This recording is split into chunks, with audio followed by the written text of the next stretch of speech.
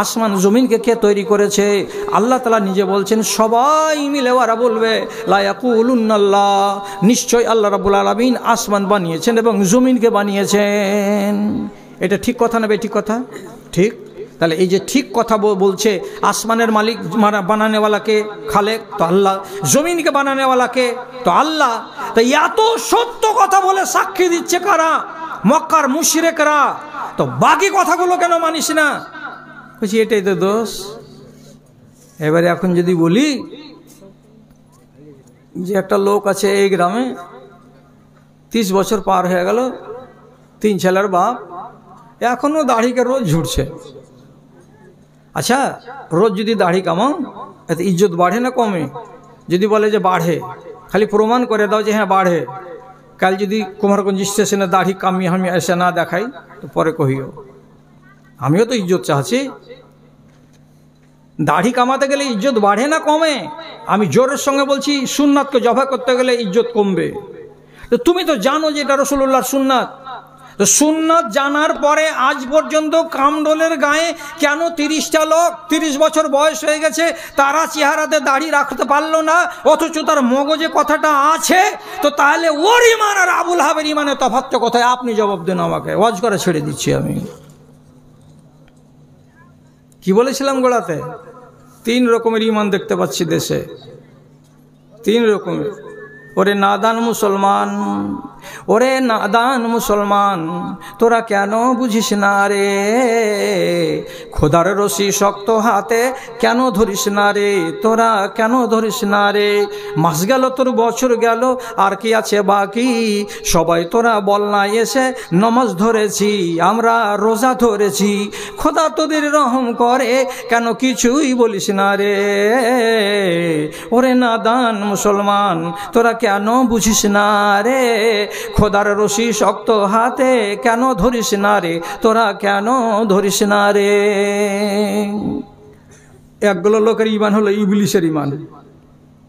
ইবলিসকে শয়তানের নাম, তো বরফের ইমান আছে নাকি? তো আপনি কি কইছেন? ইবলিসের ইমানের ত্রুটি আছে, এটা কথা ঠিক, কিন্তু ইবলিসের জ্ঞান কম। ইবলিস 1000 বছর ধরে ফেরেশতাদের নেতা ছিল। ও শরীয়তের সব বালা মুসিবতগুলো সব বুঝে, আর যতগুলো খায়ের আছে সেগুলো বুঝে। ইবলিস শয়তান সমস্ত কিছু আল্লাহ রাব্বুল আলামিনের ফরমানকে জানে এবং সমস্ত ফরমানকে সে বুঝে। কোনটা করতে গেলে আল্লাহ রাজি আর কোনটা করতে গেলে আল্লাহ নারাজ, এগুলো ও বুঝে না। মনে করছেন সব পাই পাই পাই পাই করে বুঝে?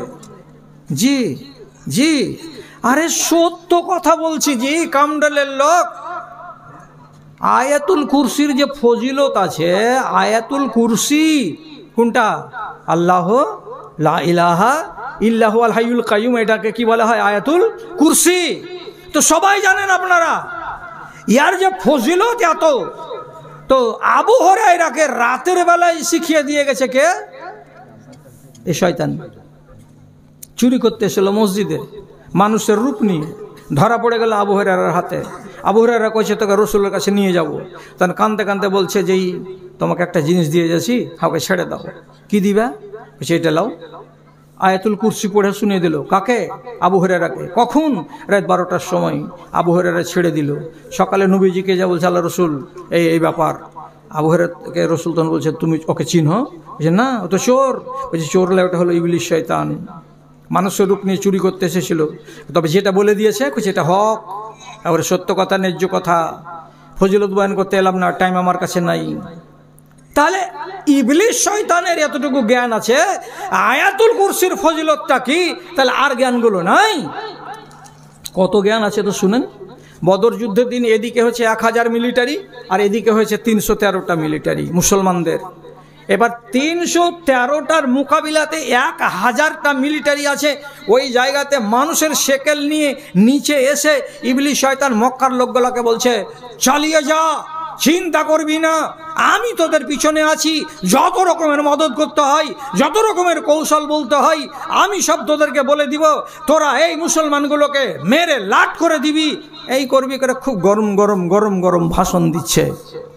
এমন সময় শটের উপরে বলছি, আল্লাহ তাআলা আসমান থেকে ফেরেশতা পাঠালেন 1000টা, আর দিয়ে বললেন, ফেরেশতারা আমার মুসলমানেরা এখানে মাত্র 313টা, ওরা যদি আজকে হেরে যায় তাহলে মদিনার মসজিদ আর আজান পড়বে না, আজকে ওদেরকে জিতাতে হবে, যাও মুসলমানদের লাইনে গিয়ে তোমরা দাঁড়িয়ে যুদ্ধ করোগা। কাদের সাথে? তো দুশমনদের সাথে। মুসলমানেরা একটাও দেখতে পায় না যে আমাদের লাইনের ভেতরে ফেরেশতা আছে, আর কাফেরেরা যতটি এদিকে আছে যখন গুনছে তখন বলছে আমাদের দ্বিগুণিয়ারা, মানে 2000 আছে। তাহলে এত সংখ্যা বাড়লো। আল্লাহ কাফেরের চোখে দেখতে দিচ্ছেন কিন্তু মুমিনের চোখে দেখতে দিচ্ছেন না। মুমিনের চোখে দেখা যায় না কেন? যে যদি মুমিন দেখে নেয় যে ফেরেশতা নাজিল হয়েছে তাহলে এরা কেউ লড়বে না। যখন দেখলে ফেরেশতা নাজিল হচ্ছে তখন ইবলিস শয়তানি এক কোণা থেকে তখন বলছে, তোরা থাকে চাচা আমি গেনু। যখন চলে গেছে তখন কয়েকজন লোক বলছে, তুমি এত করে শক্তি সাহস যোগাচ্ছিলে তো ভালো লাগছিল, এখন যে তুমি এমনি করে পালিয়ে যেছো তো আমরাকে ভালো লাগে না। তখন ইবলিস কি করেছে, ইন্নি আরামা লা তারাও না। আরে হোঁচলা তোরা কি বুঝিস, আমি যেটা দেখতে পাই তোরা দেখতে পাস না। আল্লাহ তাআলা আমাকে যোগ্যতা দিয়েছেন, আসমান থেকে যে ফেরেশতা নাজিল হচ্ছে এই ময়দানে আমি আমার 2 চোখ দিয়ে দেখতে পাচ্ছি, আর যেই মাঠে ফেরেশতা নাজিল হয়েছে ওদের সামনে তোরা মোকাবিলা করতে পারবি না, তার জন্য এখান থেকে পালিয়ে যাচ্ছি। কোরআন মাজিদে সাফ করে লেখা আছে, ইবলিস বলছে ইন্নী আখাফুল্লাহ ওয়াল্লাহু শাদীদুল ইকাব, আমি আল্লাহকে বলে ভয় করি, আল্লাহ কঠিন আযাব দেনেওয়ালা। কি হলো? কার কথা এটা? এটা কার কথা? ইবলিসের। কোরআন মাজিদের আয়াত বললাম। এবার আমি বলছি এই মজলিসে কেউ যদি থেকে থাকেন আল্লাহর বান্দা, আপনি হাত তুলুন, আপনাকে পাওয়ার দিচ্ছি। কোন লোকটা? যেই লোকটা বলবে কি আমি আল্লাহকে ভয় করি না, এরকম কোন লোক থাকলে হাত তুলেন তো দেখি, আছে কেউ? কেউ নাই? তাহলে আমি যদি এবার বলি আমরা আল্লাহ রাব্বুল আলামিনকে বলে ভয় করি, আল্লাহকে বলে ভয় করি, কটা লোক আছে এখানে? আলহামদুলিল্লাহ। তো সবটি লোক তো আল্লাহকে বলে ভয় করেন। তাহলে আল্লাহকে বলে ভয় করি কথাটা কে বলেছে একবার? ইবলিস শয়তান। আর এখন আমার সামনে আপনারা হাত তুলে বললেন আমরা আল্লাহকে বলে ভয় করি। এবার মাঝখানে ফারাক কোনটা? ওই ইবলিস শয়তান হারামখোর আল্লাহকে ভয় করি কথাটা বলে কিন্তু কথাটা মানে না। এবার যতটি মুসলমান কামডোল গ্রামের হাত তুলে প্রমাণ করে দিয়ে বলছে আমরা আল্লাহকে বলে ভয় করি, এই লোকগুলো যদি সত্যিকারই ভয় করে তাহলে এরা আগামীকাল থেকে মদ খাবে না, আর আগামীকাল থেকে তিরঙ্গা খাবে না, আর আগামীকাল থেকে গুটখা খাবে না, আগামীকাল থেকে এই লোকগুলো বিয়ে করতে গেলে শ্বশুরের কাছে 1 লক্ষ টাকা গুনে নিবে না, আগামীকাল থেকে এরা যদি ফোন করবে তো হোয়াটসঅ্যাপের ভিতরে কোনো বেটি ছেলেকে নিয়ে চ্যাটিং করবে না, আগামীকাল থেকে এই মেয়ে ছেলেগুলো স্কুল যদি যায় কলেজে যদি যায় তাহলে এরা কোনোদিন বেপরদা হয়ে যাবে না। কথা ঠিক কি না? যদি কথাটা ঠিক হয়ে যায় তাহলে তো ইবলিস থেকে আলাদা। আর যদি ওয়াজ শোনার পরে ফের সকালবেলা দেখতে পায় চো করে বিড়ি টানছেন আর সিগারেট টানছেন আর আজান হয়ে যাচ্ছে, চায়ের দোকানে আপনি বসে আছেন, বেঞ্চ থেকে উঠছেন না, আপনার পাছাটা মাগরিবের আজান পড়ে যাচ্ছে, আপনি আমতলাকে আবাদ করে রেখেছেন, আল্লাহর মসজিদ দূর থেকে কাঁদছে আর গিন করে আপনার কাছে আহাজারি করছে, যদি এটাই দেখতে পাওয়া যায় তাহলে পরিষ্কার ভাষাতে বলছি আপনার ঈমান হচ্ছে ইবলিস শয়তানের ঈমান। বুঝাতে পারলাম কি না? ঈমানকে নিয়ে চিন্তা করেন না যে দাদা একবার আমার ঈমানটা কেমন আছে একবার ভাবতে হবে না? একটা মেয়ে ছেলে, একটা মেয়ে বেটি ছেলে গো হযরত আয়েশার কাছে চলে এসেছে, এসে কি বলছে? ফাশতাকাত কাসাওয়াতা কালবিহা। আম্মা আয়েশাকে বলছে আম্মা জান আমার হৃদয়টা অত্যন্ত কঠোর, ফকির দেখে আমার দিল গলে না, আমার কোনো গরিব মানুষকে দেখে দিল গলে না, কবরের কথা শুনে দিল গলে না, জাহান্নামের কথা শুনে দিল গলে না, আল্লাহ তাআলা মারবে কাটবে পিটবে এমন কথা শুনে দিল গলে না। আমার দিলটাকে আল্লাহ তাআলা এত কঠিন করে দিয়েছেন, আর এমন কড়া দিল নিয়ে যদি আমি মরি তাহলে পারে আমি তো নাজাত পাবো না। কি করা যায়, কেমন করে আমি আমার দিলটাকে নরম করতে পারি? দিল খুব কড়া। কার এটা? একটা মহিলার কথা বলছি। এত কড়া দিলের তুমি মালিক। তো বেচারির ঈমান নিয়ে কত খাতরা হয়েছে। কি বলছে যে আমি এই দিল নিয়ে যদি মরি, যে দিলের ভেতরে আল্লাহর ভয় নাই, যে দিলের ভেতরে কবরের ভয় নাই, যে দিলের ভিতরে হাসরের ভয় নাই, যে দিলের ভিতরে আর কোনো রকমের কোনো ভয় তৈরি হচ্ছে না, তো আমি নাজাত পাবো না। আম্মা আপনি আমাকে বাঁচান, একটা কোনো উপায় করে দেন। তখন মা আয়েশাকে বলছেন, আকসেরি জিকরাল মাউতে। ও বেটি ছেলে, তোমার দিলটা বড় কড়া, তো কড়া দিলটাকে যদি নরম করতে চাও, একটাই ওষুধ হলো তার। একটা ওষুধ বলে দিচ্ছি, ওষুধটাকে খাবে। কি ওষুধ? তো ওষুধটা বলছেন কি, যত পারো সারা দিনে আর রাতের ভেতরে কবরকে বলে স্মরণ করো, কবরকে বলে স্মরণ করো, মরণকে বলে স্মরণ করো, মরণকে বলে স্মরণ করো। এই মরণকে যদি বেশি বেশি করে স্মরণ করা যায় তো দিলটা নরম হয়। তো বলছে মরণকে স্মরণ করলাম, তো মরণকে স্মরণ করলাম, মরণকে স্মরণ করলাম, তো দিল নরম হবে? ওরম করে নয়। তো কেমন করে হবে? তোর মার একটা, তোর মরা মায়ের একটা লাকমাছি ভাগে পেয়েছি? হ্যাঁ পেয়েছি। পেয়েছি? পেয়েছি। নাকমাছিটাকে হাতে কর। হ্যাঁ থাম না রে, ছোড়া, কাজ হয়ে গেছে, তখন এবারে মাস্তানি শুরু করে দিলি যায়। নাকমাছিটাকে হাতে করো। এই এই কামডলের খালাগুলো, কথাটা শুনো। তোমাকে দিল যত কড়া করেছে আল্লাহ তাআলা, এক রাত তোমাদের পাশে ওয়াজ করতে গেলে তো সোজা করা যাবে না। তো বলছে তোমার মায়ের দাও একটা নাকমাছি ভাগে পেয়েছো? বলছে হ্যাঁ পেয়েছি। নাকমাছিটাকে হাতে করো, করার পরে 3-4টা প্রশ্ন করো। আহারে, এই নাকমাছিটা আমার মায়ের নাকে কত সুন্দর লাগতো, আজ আমার মা নাই, কবরে চলে গেছে। কবর বলে মনে এলো? হ্যাঁ এলো। আর একবার তুমি মনে মনে করো কি, 2-3 মাস হয়ে গেল মার কবরের দিকে যায়নি। বাড়ির কাছে যদি কবর থাকে তো মার কবরের কাছে যাও, আর মায়ের কবরটার কাছে গিয়ে দেখো, যদি মাঝখানে ভুঁসড়ে পড়ে যেয়ে থাকে তো 4 বার করে মনে মনে সওয়াল করো কি, ওরে আল্লাহ, আমার বুকের উপরে যদি 5 কেজি একটা কোনো জিনিস চাপিয়ে দেয় তা আমার শ্বাস ফুলতে লাগে, আর আমার মার কবরের উপরে এই 1 মণ মাটি চেপে বসে আছে, আমার মা যে কত কষ্ট পাচ্ছে আল্লাহ জি, একবার দেখাই। এর নাম কি? তো মরণ। আর কেমন করে করব? আমার দাদিও মরে গেছে, আমার দাদির মরা 12 বছর হলো। আমার মা মরে গেছে, আমার মার আষাঢ় মাস আসতে গেলে 3 বছর হয়ে যাবে। আমার মা এমনি হয়ে মরেছিল, আমার মা মরবার কালে আমাকে এই কথাটা বলেছিল।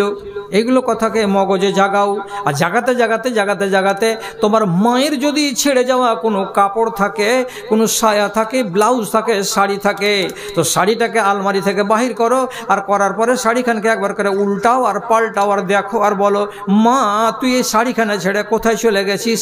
কে তোকে আলাদা করে দিয়েছে? তো মা জবাব দিবে না, তোমার মন জবাব দিয়ে বলবে, মরণ তোকে আলাদা করে দিয়েছে, আমাদের বাড়িতে তোকে রাখেনি, বাড়ি থেকে তোকে বাঁশতলায় নিয়ে চলে গেছে। কে নিয়ে গেছে? তো ওর নাম হলো মরণ। 1 বার 2 বার 3 বার 4 বার, সকাল বিকাল সাঁঝ রাতে তুমি মরণ মরণ মরণ মরণ বলে চিন্তা করো। আস্তে আস্তে তোমার দিলটা নরম হয়ে যাবে, আমাকে মরতে হবে। নিজের হিসাব লাগাও, আমার বয়স কতদিন হলো? 45 হলো, আর 60 বছর জুতে কতদিন আছে? তো 15 বছর আছে। তারপরে তো আমাকে মরতে হবে। আমার যে মরণ কুণ্ঠে আছে, বাপের দেশে আছে না মায়ের দেশে আছে, আল্লাহ কোনখানে যে মরবো, কি হালাতে যে মরবো, মরবার কালে কথা বলতে পারবো কিনা, মরার কালে আমার পাশে ছেলে পেলে থাকবে কিনা, আমার জবান দিয়ে লা ইলাহা ইল্লাল্লাহ বের হবে কি হবে না, এক গাদা প্রশ্ন করো নিজের মনের সাথে মরবার কালে। এইরকম করে যদি মরণকে বলে স্মরণ করো তো তোমার দিলটা নরম হবে। এবার 3 মাস পরে ফের ওই বেটি ছেলেটা চলে এসছে, সালাম দিয়া আম্মা আয়েশার কাছে বসেছে। বসার পরে তখন বলছে, কি খবর? তো হাসছে, মুচকি মেরে হাসছে। তারপরে তখন বলছে, ফাল তো আমি আপনার কথাটা অক্ষরে অক্ষরে পালন করেছি, এবং অক্ষরে অক্ষরে পালন করার পরে আমার কি হয়েছে? তো বড্ড লাভ হয়েছে মা। কেমন লাভ হয়েছে? এখন আমি মরণকে বলে বেশি স্মরণ করার ফলে মরণের জন্য কি কি সামান নিতে হবে তার ভাবনা শুরু করে দিয়েছি। আমার জায়ের সঙ্গে আমার একটু নটঘট হতো, আমি সেদিন থেকে ছেড়ে দিয়েছি নটঘট করা, দিয়ে বলেছি সলেহাগে আজ আছি তো কাল নাই, ঝগড়া করে লাভ কি হবে, ওর সঙ্গে মিলেমিশে হাসি মুখে কথা বলছি। আগে আমি নফল নামাজ পড়তাম না, এখন সকাল 8টার সময় আমি কাজের ফাঁকে ফাঁকে মাঝখানে ছোট ছোট করে 2 রাকাত বাঁশ নামাজ পড়ছি, যাকে চাষ নামাজ বলা যায়। কেন পড়ছি? তো বলছে মৌলানা সাহেবেরা বলেছে প্রত্যেক দিন সকাল 8টা-9টার সময় যদি কেউ 4 রাকাত নামাজ 2 রাকাত 2 রাকাত করে পড়ে দেয়, তাহলে আল্লাহ রাব্বুল আলামিন ওই বেটি ছেলেটার নামে জান্নাতের এক কিনারায় একটা সুন্দর ঘর নির্মাণ করে দেন। তো ওই জান্নাতটা পাবো তার আশায় 4 রাকাত নামাজ ধরেছি আম্মা জান। তারপর থেকে কি করেছো, আমার বাড়িতে যদি এতটি চাল থাকে, এতটি যদি খেজুর থাকে, আর কোনো মানুষ যদি আওয়াজ দেয় আমাকে আল্লাহর রাস্তে কিছু দিয়ে দাও, তা আমি ওই 3টা খেজুর থাকলে আমার পেটকে কেটে দিয়ে আমি ফকিরের হাতে খেজুর কটাকে তুলে দেই। আমি কোনোদিন কোনো ফকিরকে আর ঘোরাই না। যখনই কোনো আমার চোখের সামনে বুড়ো মানুষ যায়, তখন বুড়ো মানুষটাকে দেখতে গেলে আমার মনের ভিতরটা নরম হয়ে যায়। আমি সাথে সাথে আল্লাহ রাব্বুল আলামিনের কাছে 3বার করে 4বার করে দোয়া করি, আর আল্লাহর কাছে আমি মাপ চাই। আয় আল্লাহ, মানুষটা বুড়া হয়ে গেছে, এ তো কবরে যাবে, আর এর মতো বয়স আমার হয়ে যাবে, আমাকে কবরে যেতে হবে। তো বুড়া মানুষ দেখতে গেলে আমার ইমান তাজা হয়ে যায়। দাদারে আমার, ভাইরে আমার, একটা মেয়ে ছেলে তার ইমান কমে গেছে, এই রকম একটা মনের ভেতরে ভয় হলো বলে আম্মা আয়েশার কাছে এসে সে নিজের ইমানটাকে সোজা করার জন্য উপায় জেনে নিয়ে চলে গেল। তা আপনি কোন সাহসে বসে আছেন যে আমার ইমান চাঙ্গা আছে, আমার ইমানে কোনো ত্রুটি নাই, আমার ইমানে কোনো রোগ নাই? আপনার ইমানটাকে নিয়ে একবার ভাবতে হবে, ইমানটাকে একবার বাজিয়ে দেখতে হবে, আর নির্জনে বসে বসে আপনাকে ভাবতে হবে, আয় আল্লাহ, আমার সারাটা 24 ঘন্টার ভেতরে আমি কতটি পাপ করি, আমি কতটি নেকি করি, এগুলো যদি হিসাব রোজ রোজ করে আপনি করতে যান, তাহলে ইনশাআল্লাহ আপনার দ্বারাই পাপের কাজ হবে না, আপনার দ্বারাই হারাম কাজ হবে না। আপনার ইমানটাকে ঠনঠনে ইমান করতে গেলে ইমানকে একবার মেপে দেখতে হবে। ইমানটা মাপা যাবে আপনার নিজের তারাজুতে। করেন এত ওয়াজ আপনাকে শুনাইলাম, ওইটা লিবা আমার তোমাকে ছাড়বা জি করে না, এখন বাড়ি যাবে তাহলে সেটা দিয়ে দাও। ওহ সুবহানাল্লাহ, এতক্ষণে না যাচ্ছে, এরপর আর এরকম করিস না বাজি। ওই কানেকশনটাকে কিনে লেখা, কডটাকে কিনে লেখা। আচ্ছা, কয়টা বাজছে আপনারা ঘড়িতে? 12টা 35। বুড়া মানুষের 1.5 ঘন্টা বলা হয়ে গেছে, কথাটা ঠিক কিনা? তো একটা কথা বলে মানুষ যে হায়াত বাকি তো মোলাকাত বাকি। তো বেটি ছেলে পেলে বুঝে না, কল চাপতে যখন কলসিটা একবারে কানায় ভর্তি হয়ে যাবে, তারপর হাত দিয়ে এমনি করে এতখানি ফেলে দিবে। তাহারে পাগলি আগে থেমে যাতি, আজি আগে থেমে যাতি, তাহলে হাত দিয়ে এরকম করে তোকে ফেলতে হতো না। তো ওয়াজ আপনার কানা হয়ে গেছে, কিন্তু এখন আরো যদি আমি ওয়াজ করি তাহলে ফের আপনাকে আছড়ে ফেলে দিতে হবে। তো কথাটা হলো যে 1 ঘন্টা 35 মিনিট ওয়াজ শোনা হয়ে গেছে। এখন আমার খালাটিকে বলছি, খালাগে, খালা হবে বেশিরভাগ হয়েছে বিয়ে হয়নি হবে, এদেশে তো বেটির বিয়ে দিয়েছি, তো বেটির বিয়ে দিচ্ছি মানে সব বিয়ে হয়নি দল আর বিয়ে হয় বেটির দল। তো যারা যারা আমার কুটুম আছো, তো তোমরা কিছু না দিতে গেলেও হাজিরা দাও। আমার কথা শুনে আমি বিদায়ের কালে দোয়া করে এখান থেকে যাব। প্রত্যেকের হাত থেকে 10 টাকার টাকা বাহির করো, আর করে একটা ছেলে পিলের হাত দিয়ে পাঠাও। আর আপনারাকে বলছি, আপনি 500 দেন, 100 দেন, 50 দেন, আর কিচ্ছু যদি দিতে না পারেন তো 10 টাকা দেন, দিয়ে তারপরে এখান থেকে যান। কিছু নিব মোট কথা। তো একটা বিসমিল্লাহির রহমানির রহিম করেন তো, কে আছেন? এবার আপনাকে ছাড়বো। তো ছাড়ার আগে আপনি কিছু চাহাচ্ছি আপনার কাছ থেকে, যে খুশি মনে আপনি আমাকে ছোট করে দেন। যে বড় বড় টাকা তো নিয়ে নিয়েছে শাহজামাল, আরও নিয়ে নিয়েছে ওদিকে জামিরুল, ওরা উঠে তো টাকা কিছু রাখেনি। যেটি জিলাপি খাওয়ার টাকা আপনার আছে মনে, ওটা থেকে 10টা টাকা দেন, 20টা টাকা দেন, 100টা টাকা দেন। কয়েকে খালা লড়িস না যে তোর আগে জানা রে, কেউ জানা রে চাংড়া পিলা রে, তোমার আদেশে দিন চলে যায়, তোমার আদেশে দিন চলে যায়, আধার নেমে আসে রাতে, কত যে শক্তি লুকায়ে রেখেছো তোমার নিপুণ দুই হাতে। মহাবিশ্বের তুমি যে চালক, উড়ুক তোমার জয় নিশান। একটা 50 টাকা পেলাম। মহাবিশ্বের তুমি যে চালক, আলহামদুলিল্লাহ, অনেকটি টাকা, 2000 টাকা আমার ভাই দান করেছেন। আল্লাহুম্মা সাল্লি আলাই, আল্লাহুম্মা বারিক আলাই, আল্লাহুম্মা আইয়িদহু বিল ইলমি ওয়াল হিলমি ওয়া যায়িনহু বিল ঈমানি ওয়াত তাকওয়া ওয়ালা তুয়ারজু বিল ফিতানি ইয়া রাব্বাল আলামিন, আমিন আমিন। আরেকজন ভাই আমার 100 টাকা দিয়েছেন, দান কবুল করো তুমি পাক সুবহান, মিটা দাতার মনে আরমান, ওহি আল্লাহ দয়াময় মেহের করিবে, দানকারী দানকে তুমি কবুল করবে, আমিন। কোন একটা মা খালা, আমিনার মা, ফাতেমার মা আছো, রোজিনার মা আছো, 20-30 টাকা পাঠাও, তোমার আদেশে দিন চলে যায়। আরেকজন 100 টাকা, আলহামদুলিল্লাহ, মাশাআল্লাহ, জাযাকাল্লাহ, পরদিকে আলাম। আরেকজন আমার ভাইজান এখানে আসিয়া 100 টাকা দান দিল তোমারও লাগিয়া, ওহি আল্লাহ দয়াময় মেহের করিবে, দানকারী দানকে তুমি কবুল করবে, তাদের কেউ যদি থেকে থাকে